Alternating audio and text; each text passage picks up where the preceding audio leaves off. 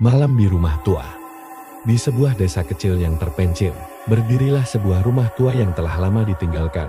Rumah itu penuh dengan kisah-kisah menyeramkan yang diceritakan turun-temurun. Orang-orang di desa percaya bahwa rumah itu dihuni oleh makhluk-makhluk tak kasat mata. Dan siapapun yang masuk ke dalamnya tidak akan kembali dengan selamat. Malam itu, 3 sahabat Rina, Dimas, dan Ardi memutuskan untuk menguji keberanian mereka dengan mengunjungi rumah tersebut. Walau telah diperingatkan oleh penduduk desa, mereka menganggap cerita itu hanya tahayul belaka dengan membawa senter dan kamera. Mereka masuk ke dalam rumah yang gelap dan sunyi. Saat pintu kayu tua itu terbuka dengan derit panjang, hawa dingin menyelimuti mereka. Aroma lembab dan debu memenuhi udara. Lantai kayu berderak di bawah langkah mereka, seolah memperingatkan mereka untuk mundur. "Hei, kita hanya perlu ambil beberapa foto dan keluar, gampang kan?" kata Ardi sambil mencoba bersikap santai, namun matanya tak bisa menyembunyikan kegelisahan. Di ruang tamu, mereka menemukan perabotan tua yang berdebu dan cermin besar dengan bingkai berukir. Cermin itu terlihat kusam, namun saat Rina melihatnya lebih dekat, ia terkejut karena ada bayangan seseorang di belakangnya padahal tak ada siapa-siapa di sana. "Guys, aku rasa ini ide buruk," bisik Rina sambil mundur, menjauh dari cermin. "Ai, kamu pasti salah lihat," jawab Dimas. Meskipun ia sendiri mulai merasa bulu kuduknya meremang.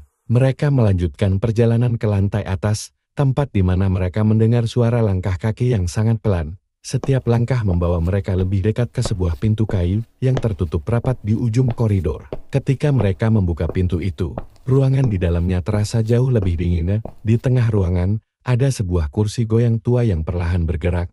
Meskipun tidak ada angin sama sekali, di dinding ada koretan-koretan aneh dalam bahasa yang tidak mereka kenali. Tiba-tiba, suara tawa anak kecil menggema di dalam ruangan. Suara itu terdengar ceria, tapi entah kenapa membuat darah mereka membeku. "Kita harus pergi sekarang," seru Rina, panik. Namun, sebelum mereka sempat keluar, pintu kamar tertutup sendiri dengan keras. Senter mereka tiba-tiba padam, meninggalkan mereka dalam kegelapan total. Ardi mencoba membuka pintu, tapi pintu itu seperti terkunci dari luar. Suara langkah kaki mulai terdengar di belakang mereka, semakin dekat dan semakin berat. Ketika senter Dimas menyala kembali, cahaya itu hanya bertahan beberapa detik, namun cukup untuk memperlihatkan sosok tinggi berambut panjang dengan wajah yang penuh luka, berdiri di sudut ruangan, menatap mereka dengan mata kosong.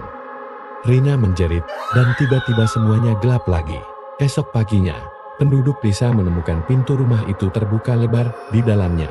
Hanya ada kamera milik Dimas yang tergeletak di lantai. Ketika mereka memeriksa isi kamera itu, ada satu foto terakhir yang membuat bulu kuduk mereka meremang. Foto itu menunjukkan Rina, Dimas, dan Ardi berdiri di depan cermin besar di ruang tamu. Namun, di belakang mereka ada sosok tinggi berambut panjang dengan senyum mengerikan, seolah ikut berpose bersama mereka. Tak ada yang pernah melihat ketiga sahabat itu lagi, dan rumah tua itu kini menjadi semakin sunyi. Hanya sesekali terdengar suara tawa anak kecil di malam hari.